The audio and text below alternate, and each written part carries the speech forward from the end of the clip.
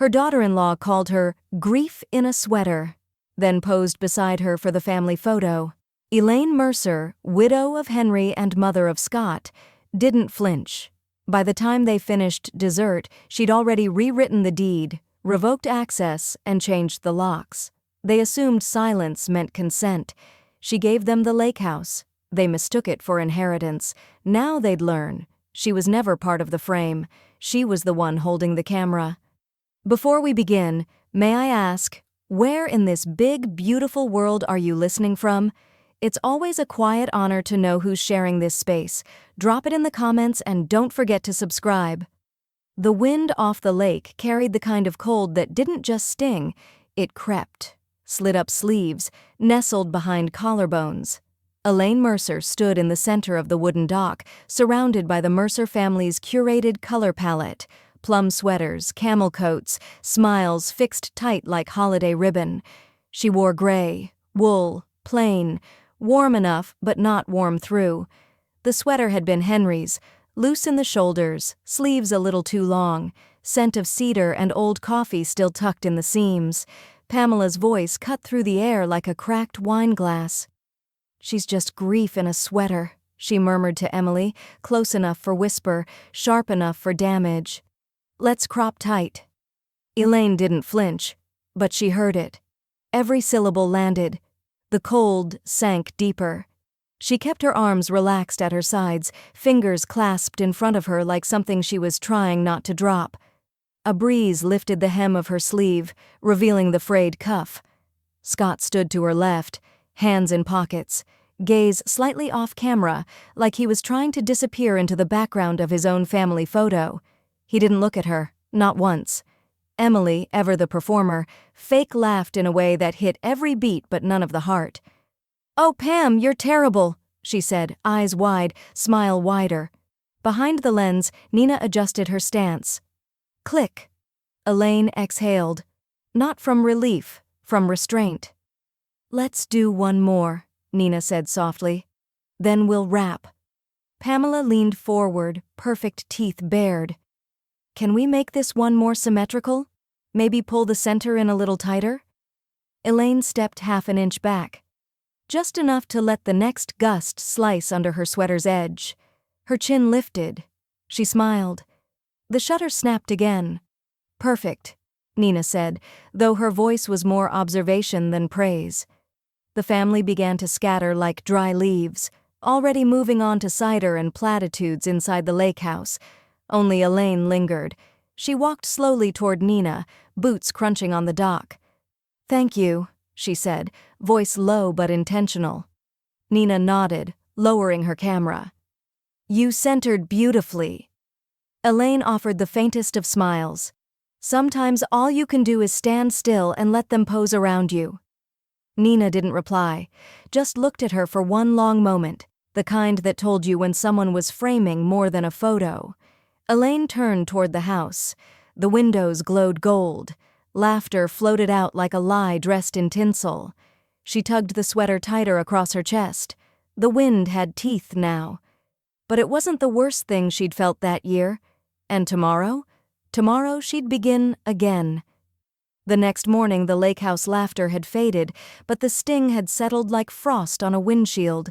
Thin, clear, impossible to ignore.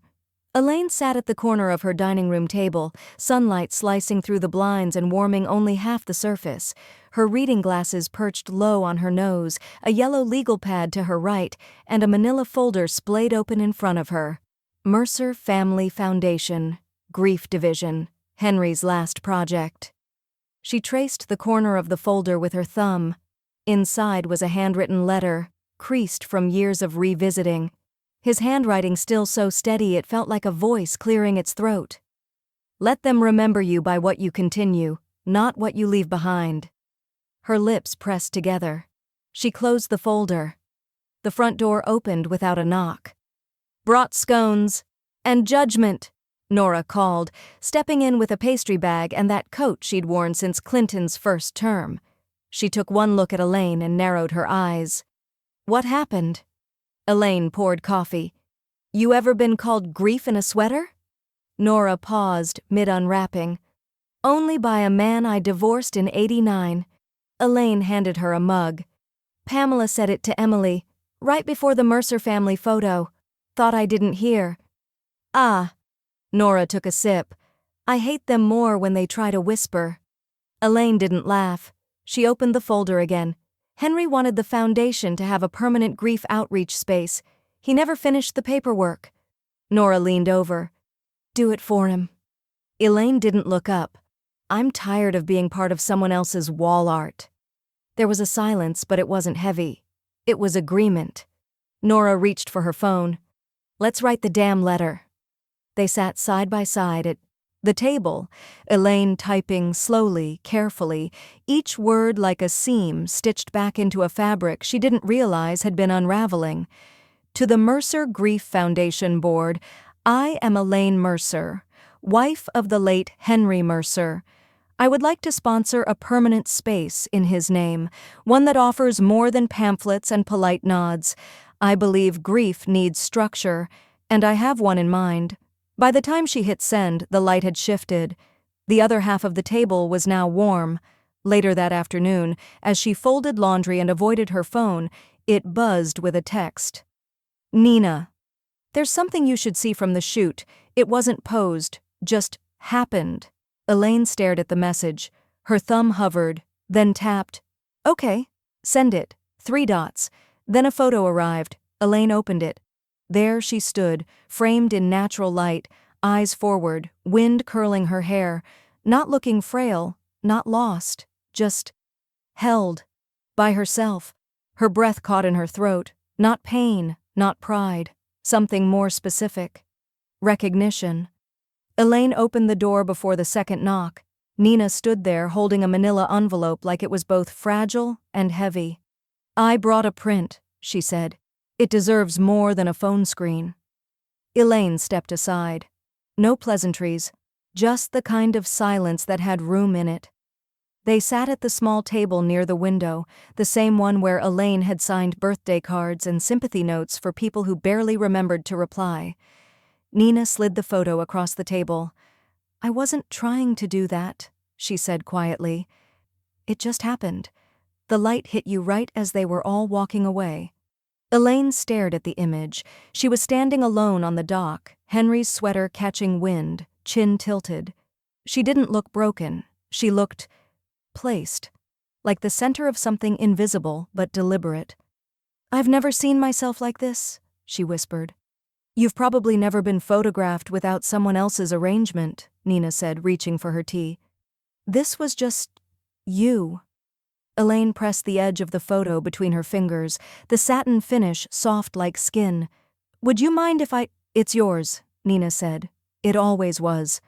An hour later, Nora arrived carrying a battered cardboard box labeled Mercer Photos.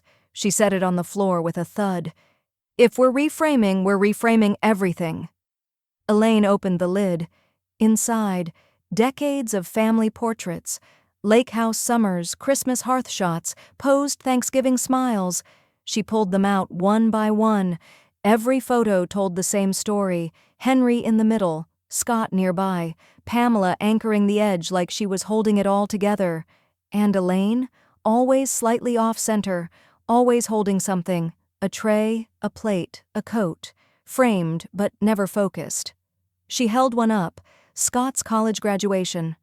There I am, she said dryly, half a shoulder and a fruit bowl. Nora shook her head. This ends now.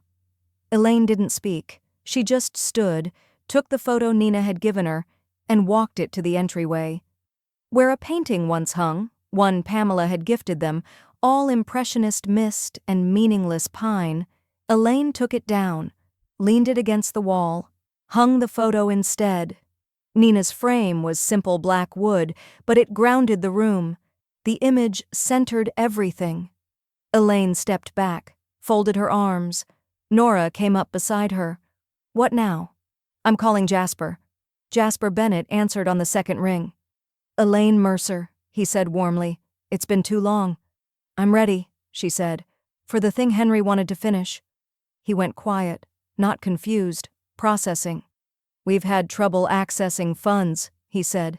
His estate got held up. Some family interference. I'm the executor, Elaine interrupted. It's about time they heard from the one who was actually listening. Jasper exhaled. What are you proposing? A permanent space, she said, in his name. And I'm not asking. I'm ready to fund it. You realize this is substantial. Elaine looked up at the photo on the wall. So was he. Elaine sat across from her attorney, the scent of aged wood and peppermint tea settling in the small office like a second presence. Outside, the leaves of Asheville were mid-turn, flame-colored, brittle, refusing to hang on longer than they needed. Margot Tinsley, a woman whose handshake had once felt like a closing argument, flipped slowly through the estate binder. Well, she said finally, tapping a page with a maroon-painted nail, you were right. Elaine raised a brow. That I'm still executor? That, and that the lake house is still jointly held in your and Henry's name. There was no finalized transfer to Scott. No deed change. Not even a request for probate split. Elaine exhaled through her nose. Pamela's been acting like it was already theirs. Margot tilted her head. Acting and owning aren't the same. Elaine nodded once, slow. Then let's freeze it. Margot looked up. Freeze? Utilities, access, mail forwarding. I want a clean slate for what's coming, and a paper trail to match. The attorney didn't question her again, just clicked her pen.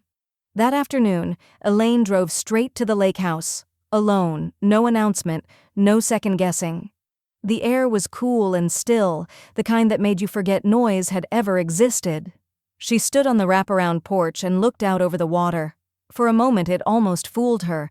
The place still had the smell of cedar and memory, but underneath she could feel it. That thin pulse of expectation. The way people let buildings become battlegrounds when they never earned the blueprint. Inside, the house was quiet. Too quiet. The kind that held conversations between walls long after people left the room. She walked to the breaker box and flipped the switch. Everything stilled. No hum. No pretense. Elaine walked through each room slowly, flipping light switches just to confirm the silence. Then she drove home, opened her laptop, and composed an email. To Scott Mercer. Subject, property notice. Scott, per review of estate documents, the lake house remains in my name and Henry's. No legal transfer has occurred. Please remove any personal items from the property by the end of the month. The home is being reassessed. Elaine. She hit send. No drafts, no delay. 14 minutes later, a reply popped up. From Emily Mercer. Subject, property notice. Elaine, I'm not sure what this is about, but we're confused. Is something happening with the house? Emily Elaine read it once, then again. No, we're sorry for assuming. No, thank you for the clarification. Just confusion wrapped in politeness, as if her grief had finally stood up, and they were shocked it had legs. She didn't reply. Instead, she opened the folder from Margot and reviewed the deed again. Her name, Henry's, clean, undisputed. She flipped to a blank notepad and wrote, To continue someone's legacy, you must first stop letting people rewrite the ending. Elaine stood on the threshold of the lake house, keys in hand, waiting for the crunch of tires she knew would arrive on time. A hawk circled somewhere above the tree line. The morning mist hadn't yet burned off, and the quiet carried that particular weight only mountain air could hold, expectant and clean. Jasper Bennett's SUV came to a gentle stop in the gravel. He stepped out wearing corduroy, a fleece vest, and that look he always wore when legacy was mentioned, part reverence, part logistics. Elaine didn't offer coffee, just gestured toward the house. This was his favorite place, she said, but I'm done letting it sit in the family's mouth like a trophy tooth. Jasper blinked. You said you had a proposal. I didn't think we'd be standing in it. They walked slowly through the home. Kitchen, den, Henry's old reading nook with the faded leather armchair no one dared replace. This isn't a sale, Elaine said finally. It's a donation. Full title transfer. I want this house turned into a grief recovery retreat. Programming, counselors, Short-term residencies, real care, no platitudes. Jasper stopped mid-step. You're not just offering the name. I'm offering the bones and the roof. He turned to face her fully. Elaine, this could be life-changing, not just for us, for everyone we serve. She nodded. That's the idea. Outside, a second car door closed. Nora had arrived with her backseat full, labeled boxes, donation bins, and Henry's old toolbox resting like a sacred relic between the seats. You brought half your attic, Elaine said. You said clean sweep. Nora handed her a pair of gloves. I came to help brush the past off its pedestal. In the next hour, the three of them moved room to room. Elaine sorted by intuition more than memory. Keep, donate, archive. Nora wrapped picture frames. Jasper stood by the fireplace, visibly moved. This house was held, he murmured. You can feel it in the walls. Then it's time it holds someone else, Elaine said, closing a box. By noon, Nina arrived with her camera. She'd been texted one line. Come shoot the house before it becomes what it's meant to. She said nothing as she entered. Just began moving. Lens quiet, steps reverent. You sure you want before and afters? She asked. Not for publicity, Elaine replied. For proof. That it lived once as a memory. And again as a mission. They broke for lunch on the porch. Cheese sandwiches, apple slices, thermos coffee, no ceremony. Then Nora's phone buzzed. She glanced at it, then raised a brow. Pamela just called my shop. Elaine looked up. She says neighbors are talking, said they saw strangers walking through the lake house, asked if you're renting it out. Elaine's mouth didn't move for a long second. Then, let them keep guessing. Moments later, Elaine's own phone buzzed. Scott, one missed call. Scott, voicemail. She played it on speaker. Mom, what's going on? Pamela's upset. The neighbors are calling. Are you selling the place? You said reassessing, not whatever this is. Can we talk? Elaine tapped delete, then looked at the others. This isn't a conversation. It's a conclusion. Jasper leaned forward. We'll start the paperwork. Quietly. Public announcement after the transfer clears. Nina raised her camera. Say the word when you want this part remembered. Elaine nodded, arms folded, standing at the center of what used to be a family claim, and what would now become a foundation. The envelopes landed in 3 different mailboxes on the same Thursday, one in Charlotte, one across town in Asheville, one still forwarded to an address Scott and Emily had stopped using months ago but kept out of habit, like they expected legacy to follow convenience. Inside each envelope, a notarized notice from the Mercer Family Grief Foundation, co-signed by Elaine Mercer and Jasper Bennett. Subject line: Notice of property transfer and renovation intentions, former Mercer Lake House. Pamela's arrived first. By 9:13 a.m., Elaine's phone buzzed with the force of entitlement wrapped in digital nerve. Pamela Mercer. This is outrageous. I'm contacting my attorney. This isn't grief work. It's revenge. Elaine didn't respond. She was in her sunroom, updating the foundation website. Under founding contributors, she deleted the placeholder names, typed Henry Mercer and Elaine Mercer in memory in motion. At 10:22 a.m., Emily called. Not Scott, not a joint message, just Emily. Elaine let it ring twice, then answered, not out of curiosity, just control. Elaine, Emily started, tone like syrup over ice. We received something unusual. I know, Elaine said. Emily paused. I mean, it just seems sudden. Remodeling? Turning the house into some kind of center? It's already a center, Elaine said calmly. Now it has a purpose. There was a beat of silence on the line. It feels... Emily tried, then corrected herself. Honestly, it feels selfish. Elaine didn't reply, but something in her jaw set. I've found, she said finally, that the people who call decisions selfish are usually the ones who assumed they'd benefit. She hung up.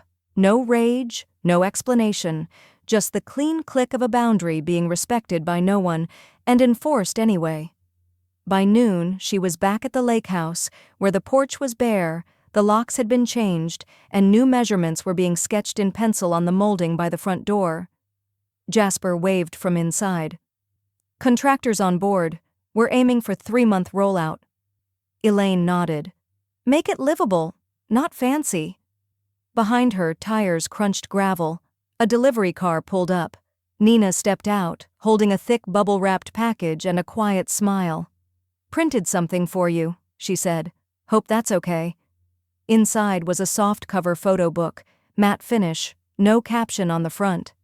Just the title etched in quiet serif letters, Reframed. Elaine opened it. Page after page, uncropped moments from the shoot. Her on the dock, eyes closed. Her walking away from the family circle, sweater caught in wind. A blurred photo of her reflection in the lake, soft and haunting. And one, just one, where Henry's chair sat empty behind her. Elaine didn't speak for a long time. Nina sat down on the stairs beside her, just close enough to share the weight. Then the tears came. Not the kind that racked her, the kind that loosened something. Elaine blinked, wiped her face with the sleeve of Henry's sweater, and laughed quietly through the wet. "It feels like breathing," she said, "for the first time in a long time." Nina smiled and didn't speak. She didn't need to. The headline dropped on a crisp Tuesday morning, just as the light filtered gold through the trees outside Elaine's kitchen window. "Widow turns, grief into grace, family home to heal strangers." Byline, Nina Cabrera, photojournalist. The article was simple, clear, cutting in its honesty. It recounted the transition of the Mercer Lake House from a generational heirloom into a grief recovery retreat named after Henry. It spoke of legacy not as something inherited, but as something chosen. It quoted Elaine, just once. "I didn't want to preserve what we had. I wanted to repurpose what was left." And there, across the top half of the page, stretched Nina's photo. Elaine on the dock, sweater wind-ruffled, eyes forward, uncropped, unbent, unapologetically centered. By noon, the article had been shared over 400 times, mostly local pages, foundation partners, community grief counselors. By 3:07 p.m., Pamela's message arrived in Elaine's inbox. Subject, inaccurate press body. "I hope you realize how misleading that article was. You've made the family look like villains. This isn't grace. It's grandstanding. You didn't even warn us. Disappointed doesn't begin to cover it." Pam Elaine didn't reply. At 4:21 p.m., Emily left a voicemail. "I'm sure the article wasn't your headline," she said, voice stretched tight with performative concern. "But it comes off a bit dramatic. We're not the enemy here." Elaine tapped delete. Scott, notably, said nothing, but silence was its own reply. And Elaine had finally stopped interpreting it as mystery. That evening, Nora brought over a lemon rosemary chicken and a bottle of white wine so cold it left condensation rings on the placemats. They ate with Nina, just the three of them, elbows grazing. The comfort so easy it made the idea of family seem less biological and more earned.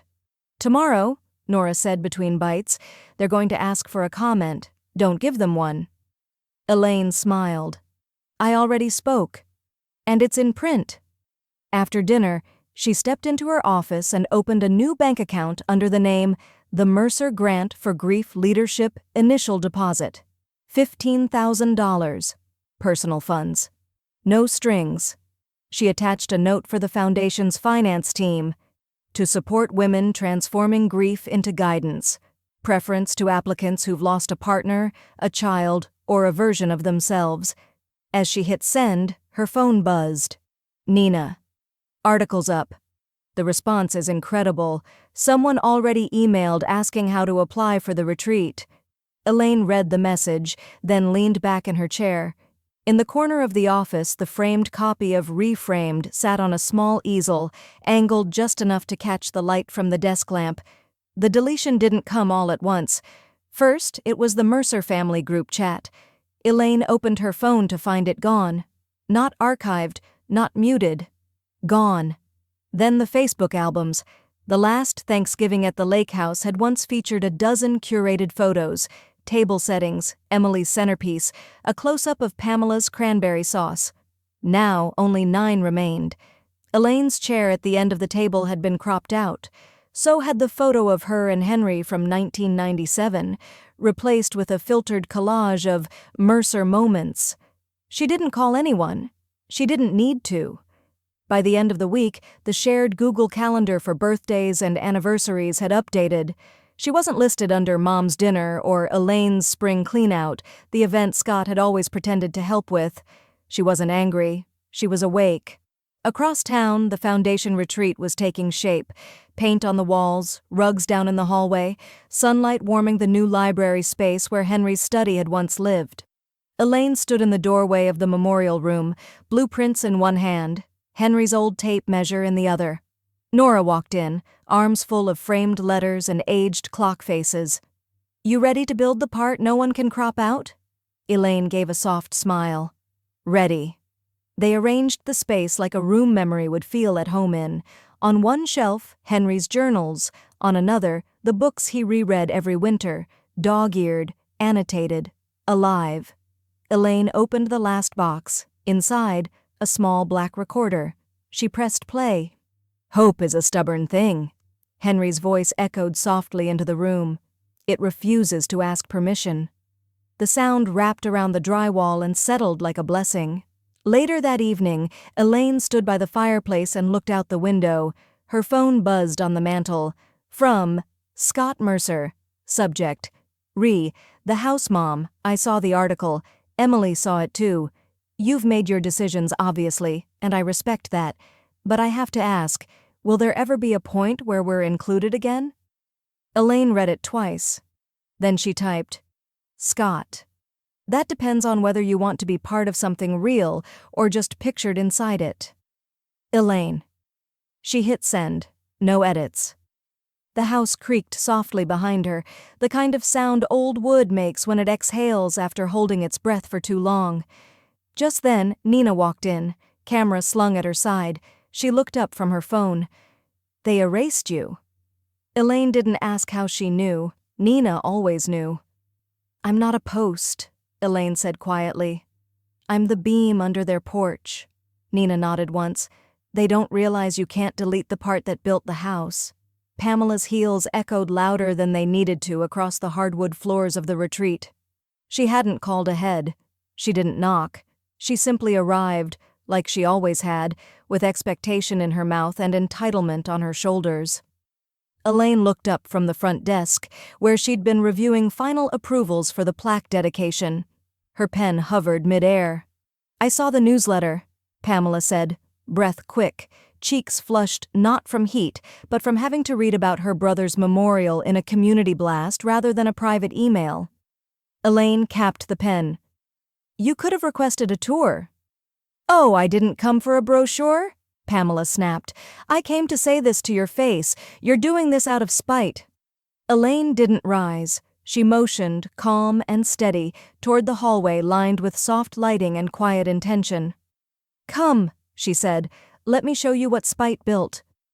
Pamela hesitated, but she followed. They walked slowly, past the meditation room, past the wall of donor tiles, past the guest sign-in book already 3 pages deep. Elaine stopped outside a glass-pane door etched with white serif letters, Henry's study. She opened it. The air inside was warm with cedar and old paper. A chair waited beside a reading lamp. On the walls, Henry's letters in floating frames, one of his wool cardigans hung gently on a hook, and a speaker quietly played the recording of his voice. Pamela's shoulders lifted, then sank. "He was my brother, too," she said suddenly, voice cracking at the edges. "I have memories in this house, too." Elaine turned, eyes level. "And this is the only time I've seen you weep for him." Pamela inhaled sharply, as if insulted, but didn't deny it. "I didn't cry because I had to hold it together," she said, voice thick. "I always had to hold it together." "No," Elaine replied. "You had to be seen holding it together." Pamela blinked. "Is that what you think this is?" Performance? Elaine gestured to the study. This is permanence. What you call cold, I call clear. You don't like that I didn't need your approval. Pamela looked away, eyes rimmed red. You've always been so calm. Even at the funeral, you just sat there. Perfect little widow in your grief sweater. Elaine exhaled slowly, a soft shift in air pressure. I'm not calm, she said. I'm just past pretending. That landed. Pamela dropped her gaze to the floor, where the rug beneath her feet had once covered the living room of their childhood. She shook her head, suddenly looking smaller than she ever allowed herself to be. I don't know how to be part of this, she whispered. Elaine didn't offer comfort, only clarity. Then don't be. This isn't a circle you stand in, it's one you contribute to. A pause. Outside the study, a soft knock sounded, Nora peeking her head in. Contractor needs final approval on the signage, she said. Elaine nodded. I'll be right there. Pamela glanced once more at Henry's framed handwriting on the wall. Let them remember you by what you continue. She blinked tears into her palm. I thought I was continuing him. No, Elaine said gently. You were continuing the part that suited you. Pamela's resentment wasn't about the loss, it was about the loss of control. And for the first time, Elaine saw the truth. What they called her composure had always been code for not making anyone else uncomfortable with the strength of her grief. She turned, leaving Pamela in the study, with the sound of Henry's voice still echoing gently behind her. Outside the door, Nora handed her the final signage mock-up. Elaine read the last line aloud. Grief brought us here. Grace builds what we leave behind. She signed it without hesitation, and somewhere, deep in the house, the sound of Pamela's weeping finally didn't need an audience to matter. Elaine sat on the front porch of the retreat house, a chipped ceramic mug warming her hands, the October sun pooling gently across the planks like forgiveness she hadn't asked for. Nora sat beside her, shoeless, sipping apple cider straight from the bottle like it was a sermon she didn't need translated. They watched a group of volunteers haul the last of the mulch into the side garden. Nina's camera clicked softly from somewhere behind them. Elaine didn't break her gaze from the yard. I used to think they'd want to honor him, she said. Turns out they just wanted the porch. Nora didn't laugh. She just exhaled slow. You gave them a house. They expected inheritance. You gave them integrity. They wanted real estate. Elaine nodded. Grief is honest, but family isn't always. Inside, the kitchen buzzed with quiet joy. Maya and 2 volunteers laughing over uneven biscuits and a stew pot too full. Nina stood in the corner, lens pointed toward the backsplash. It wasn't marble, just hand-tiled clay in faded sage. But it gleamed in the afternoon light. She clicked once, twice. Elaine stepped inside as Nina lowered the camera. It's alive, Nina said, adjusting her lens. The whole space. It doesn't just remember, it invites. Elaine smiled, rubbing her palms together. That's the point. Not a monument. A used Jasper arrived not long after, windblown and over-caffeinated. He walked straight to the stove, dipped a spoon into the stew, and grinned like he'd just found home in the broth. I bring city contracts, he said, tapping a folder against the counter. But leave with cholesterol. Elaine glanced at the label, local grant matching proposal. He set it down, eyes softening. He'd be proud. I think he is, she replied. But you know what he told me once? What? Elaine looked out the window, where Maya was setting out second-hand mugs with mismatched saucers. He said, stay kind, not soft. There's a difference. Jasper nodded slowly. You're showing the difference. Later that evening, Elaine returned to her office and found an envelope on her chair, cream-colored, no stamp, hand-delivered. She opened it gently. Inside, a single-page letter in careful print. Dear Mrs. Mercer, I don't know how to say thank you for something that changed the direction of my life. I came here with no plan, no voice, and no belief that people survived the kind of grief I carried. But then I saw your name on the bedroom door, and I realized someone like me had already done it. Your retreat saved my life." Maya J. Elaine held the letter to her chest, not to guard it, but to feel the echo of what it meant. Nora walked in moments later, empty tea mug in hand. Elaine didn't look up. "I built a whole life trying not to need recognition. And then someone handed it to you anyway," Nora said. Elaine smiled. "Funny how it feels nothing like what I thought it would." "Better? Cleaner?" Outside, Nina clicked one last photo before the sun disappeared behind the trees, and back at the lake's edge, where nothing glittered anymore, just one porch light glowed, warm, constant, chosen. The light in the retreat's library had that late autumn quality, low, golden, more like a whisper than a beam, dust caught in the rays like glitter in slow motion. Nina stood in the doorway, camera strap looped twice around her hand, face unreadable but eyes clear with purpose. "I want to start a portrait series," she said. Elaine looked up from the shelf she'd been organizing, old books, soft-spined and foxed with time. Nina continued, "Widows who rewrote the script. Not the ones with tragic eyes and clasped hands, the ones who stood back up, who redirected." Elaine raised a brow. "You think people want to see that?" "I don't care if they want to," Nina said. "I need them to." Elaine set the book down. "You'll need more than me to tell that story." Nina smiled. "I already have the others in mind, but I want you to be the first." Elaine tilted her head. "Not alone." Nina blinked. "No?" "I want Maya in it," Elaine said. "And Nora. If I'm the start of something, then they're the reason it kept going." Nina didn't argue. 2 days later, they stood in the retreat's sunroom. Elaine in the center, Maya to her right, Nora to her left. No one was told how to pose. Nina just watched the way they naturally leaned toward one another. "Don't smile unless you mean it," Nina said gently, camera rising. Maya cracked first, a shy grin. Nora followed with a smirk. Elaine stood still, then slowly, softly, let the corners of her mouth lift. Not performance. Pride. The shutter clicked, and again.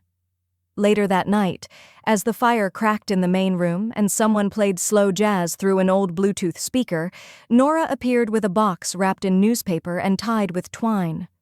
"For you," she said. Elaine opened it. Inside, a forest green sweater, thick knit, hand-stitched cuffs, a color not meant to blend in but to stand forward. "It's time for something that doesn't smell like Henry," Nora said, "and something that doesn't blend into the wallpaper." Elaine laughed, low in her throat. "It's bold." "So are you." She wore it to the ceremony the following weekend, where the plaque was unveiled and the first cohort of grief mentors introduced. She stood in the front row, that green wrapping her like clarity, hands steady.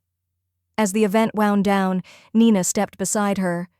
"You know," she said, voice low, camera still in hand. "You're not grief in a sweater anymore." Elaine turned her head slightly. "Your direction," Nina finished. And then quietly, she lifted her lens one more time. No announcement, no countdown. Elaine didn't need to be warned. She was already looking forward. The voicemail landed at 2:17 a.m., the kind of hour when apologies wake up before the people they're meant for. Elaine found it over her morning tea. Her phone buzzed across the counter with a blinking notification, the kind that never bodes anything casual. New voicemail. From Scott Mercer. She didn't play it right away. She poured her tea, stirred in honey, stood at the kitchen window and watched the trees. Then she tapped. Scott's voice crackled, raw with something unfamiliar, like he'd finally swallowed everything he used to deflect. "Mom? I know I don't deserve a response, but you were right. About everything. About the way we treated you. I didn't see it. I don't know why. I think I was afraid that if I admitted what you carried, I'd have to admit I dropped it." He paused. "I'm sorry." Another pause, longer this time. "I don't expect anything. I just wanted you to know." The voicemail ended in silence. No sign-off, no closure, just a breath and the sound of him putting the phone down. Elaine stood still for a long time. She didn't cry. She didn't save it either. She pressed delete, then she sat down with her notepad and wrote the title, When They Only Saw Your Grief. A practical guide to being dismissed and remembering who you were before the blur. She wrote until noon, then called Jasper. "I'm writing something," she said. "I was hoping you would," he replied. "We'd love to publish it through the Foundation Press. Not just a memoir, something teachable, structured. I'm thinking short chapters, reflection questions, and maybe a section just called What You Should Have Said in the Moment But Didn't." Jasper laughed. "When you're done, we'll design it like a work. Book, real spine, real weight." "I want Nina's images in it," Elaine said. "You think she'd agree?" "She's already seen it, she just hasn't read it yet." That afternoon, Elaine called Nina, who came straight from a school shoot, camera still warm from documenting a second-grade spelling bee. When Elaine explained the idea, Nina didn't hesitate. "Black and white," she said. "Women in the middle of life. No smiles unless they earn them." Elaine nodded. "No edges cropped." By the following Monday, they had the cover draft. Nina's photo of Elaine walking alone into the retreat's garden, back turned, shoulders squared. At the bottom, When They Only Saw Your Grief, by Elaine Mercer. That evening, Elaine lit the fire in the common room, arranged cushions in a wide circle, taped a handwritten note to the wall, "Monthly grief circle, first Sunday of every month, no dress code, no apologies, just come." 6 people showed up. A man whose wife had died in a hit and run, a mother still folding her child's laundry, a woman who hadn't spoken aloud in 2 years but brought tea for everyone. They sat. They didn't all talk, but no one left early. Elaine didn't lead. She welcomed. By the end of the night, someone whispered, "This place feels like somewhere I'll be remembered, not just survived." Elaine smiled and blew out the candle in the center of the circle. The room dimmed, but nothing felt dark. Elaine found the photo taped to the back gate, one of the old ones. A glossy 5x7 from Scott's graduation, Henry beaming, Scott in cap and gown, Pamela in pearls. Elaine was off to the side, half-turned, holding a plate. It had been cropped, then taped back together. Scotch tape ran jagged down the center, like someone had tried to fix what they'd broken without understanding what they were repairing. There was no note, just the picture. Elaine held it for a long time, her breath fogging slightly in the morning air. Then she slid it into the kitchen drawer next to the rubber bands and receipts. Not to keep it safe, just to keep it out of the sun. She didn't call anyone. Instead, she opened the linen box beside the front door, the one labeled New Album. It was supposed to hold updates for the retreat's press packet.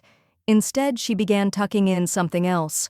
A photo of Maya hanging wind chimes beside the counseling office, a Polaroid from the grief circle, all hands and tea mugs, a candid of Jasper on the porch with 2 volunteers and a dog that refused to leave, Nina's black and whites, clipped with clothespins and curled at the edges from being touched too often.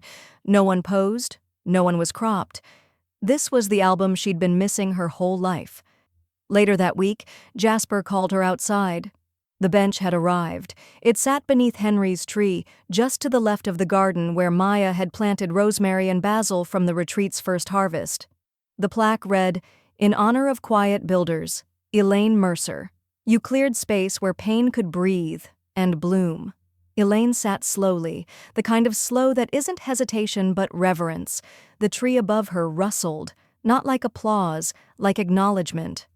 Footsteps approached. Maya, holding a thermos and a fold of paper. "Contractor needed measurements, but I made him wait. Thought you should see it first."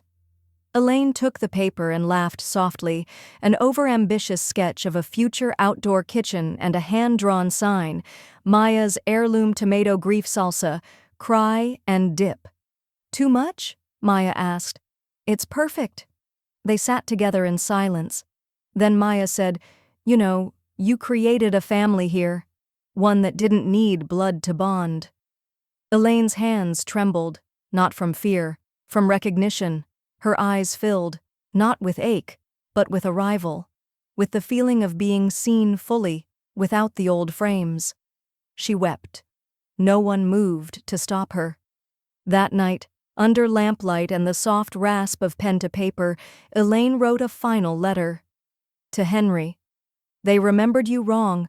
They turned your memory into a mantelpiece, polished, unused. I turned it into a key. The house speaks again. Not in dinner parties or photo ops, but in whispered stories and unbuttoned truths. You'd like it better this way? We are finally not waiting for their permission. Love, your builder.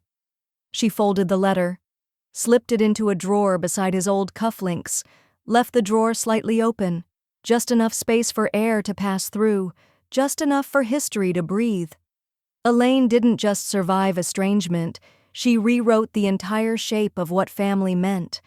Legacy was no longer something to inherit or perform, it was something to co-create, and for the first time, she didn't need a seat at their table, because she'd built one stronger and opened it to those who'd never had one. The forest green sweater fit like it had been waiting. Elaine pulled it on that morning with no ceremony, just muscle memory and something close to intention. The knit clung in the right places and gave in the others, soft without surrendering. It didn't smell like cedar. It didn't remind her of anyone. It simply belonged to her. She stepped outside. The sun hadn't climbed far yet, but the retreat was already alive. Garden tools clinking in the shed, the distant murmur of Nina directing someone through a photo orientation, the flap of a tarp being pulled from the picnic tables. Elaine walked the gravel path slowly, coffee in hand, her footsteps quiet but known. Near the main circle, beneath the wide oak with roots like anchored ribbon, a woman stood watching.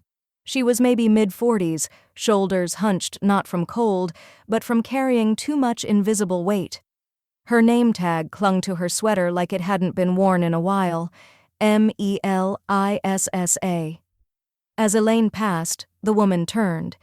"You helped me," she said, "just by standing up there in that sweater.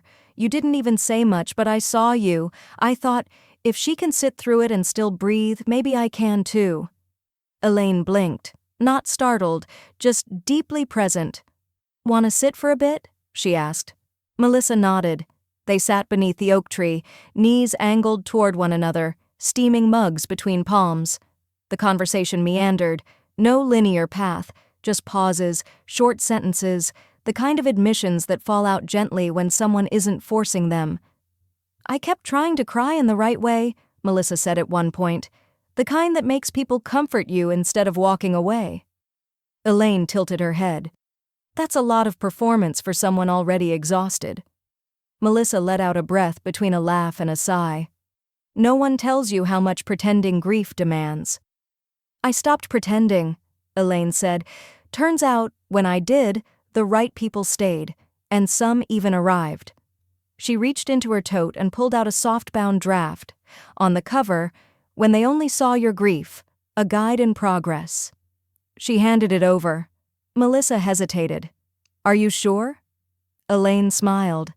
"It's only a draft, but I figure if someone's going to test it, it ought to be someone who's already halfway through the fire." As Melissa opened to the first page, a shutter clicked. Across the lawn, Nora had her phone held up, eyes glistening behind the screen. "Didn't mean to interrupt," she called, "but I had to grab it.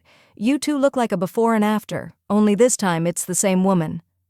Elaine shook her head, but smiled. Nora crossed the lawn and showed them the image, a candid caught through the leaves, light falling just behind the two women like a second thought. Melissa was mid-laugh. Elaine's eyes were cast sideways, soft, but knowing. "It's not polished," Nora said, "but it's real." Elaine looked at the image, then at Melissa. "Tell me," she said gently, tapping the sweater's sleeve. "What do you see?" Melissa studied the screen. "Someone who knows." Elaine nodded. "That's what I'm wearing, not just a sweater." Knowing. She stood slowly, brushing leaves from her lap. "I'm not grief in a sweater," she said. "I'm love that lingered."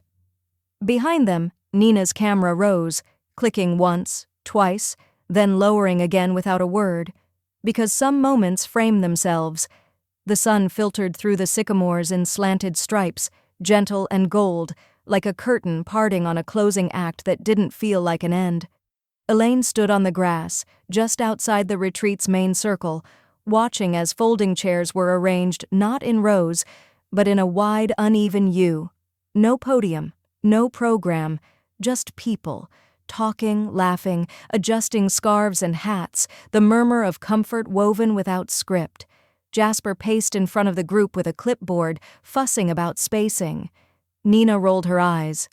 "No one needs symmetry," she said. "Just soul." Nora adjusted a chair beside the oak and waved to Maya, who stood under the archway with 2 volunteers, holding a tray of lemon muffins shaped more like memories than meals. Elaine wore the green sweater, same one, but it felt different now, like a uniform you didn't need to explain. "All right," Nina called out, lifting her camera. "Everyone into the frame?" Elaine hesitated for only a breath, then stepped in, center left. Not because she claimed the spotlight, but because it no longer felt like trespassing to be fully seen. Maya took one side of her, Nora the other. Jasper crouched up front, hand on his knee. Nina's assistant set the timer and sprinted into place last second, laughing. No one posed, no one was told to smile. The camera clicked once, then again, and for a beat, the air held still, not silence but suspension.